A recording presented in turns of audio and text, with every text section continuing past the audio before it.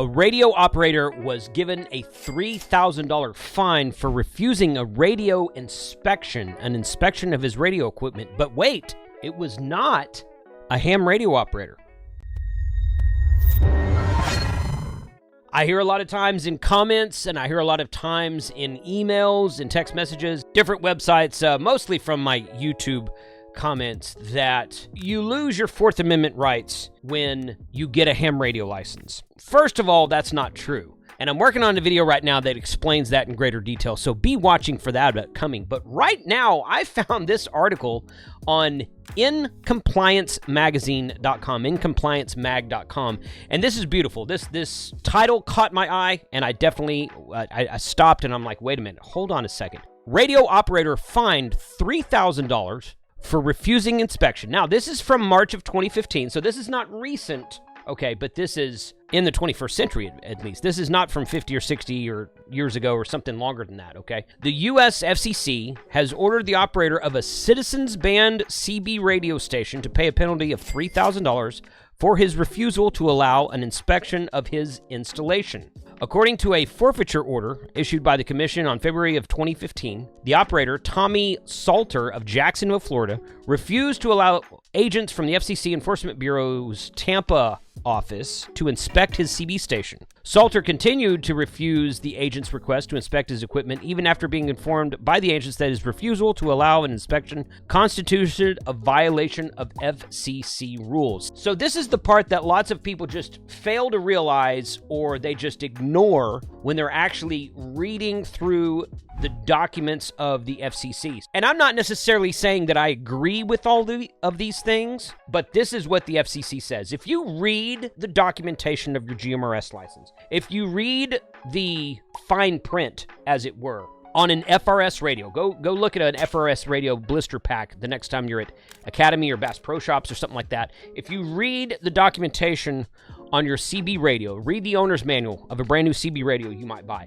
All of those services, along with amateur radio, say that the FCC can come knock on your door and request, not force, to inspect your radio equipment because of potential interference or negligence, harmful interference, harmful intentions, or something like that. I mean, fill in the blank here. They can request it. They can also knock on your door and request to see the power pole, the transformer. If you live in a neighborhood with old style telephone poles where the lines aren't buried, newer neighborhoods have lines buried. Some older neighborhoods have telephone poles in their yards on the easement between your house and your neighbor's house, on the side and the back, wherever, maybe in your backyard, maybe in your front yard even. They can knock on your door and request to come into your backyard on your property and inspect a transformer that they think is faulty, which is not your fault at all. You didn't install that transformer out there.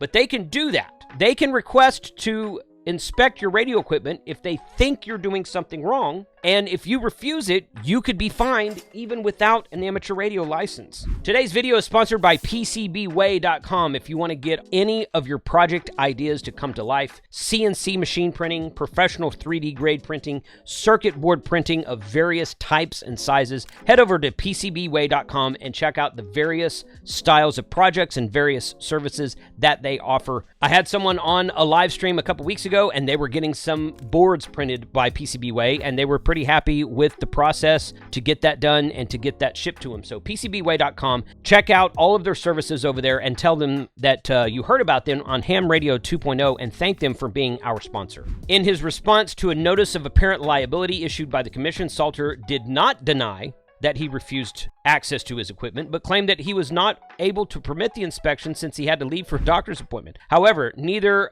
of the Enforcement Bureau agents who visited Salter recalled his having mentioned the appointment, and Salter was unable to produce any tangible evidence of having such an appointment. The commission did reduce the amount of the proposed penalty from $14,000 to $3,000 in light of tax returns submitted by Salter and his supported claim of financial hardship. So in other words, they originally tried to fine him $14,000 for refusing inspection. This guy either had something that was illegal, or maybe he didn't have something that was illegal. Maybe he was just like, no, I don't have to let you into my property.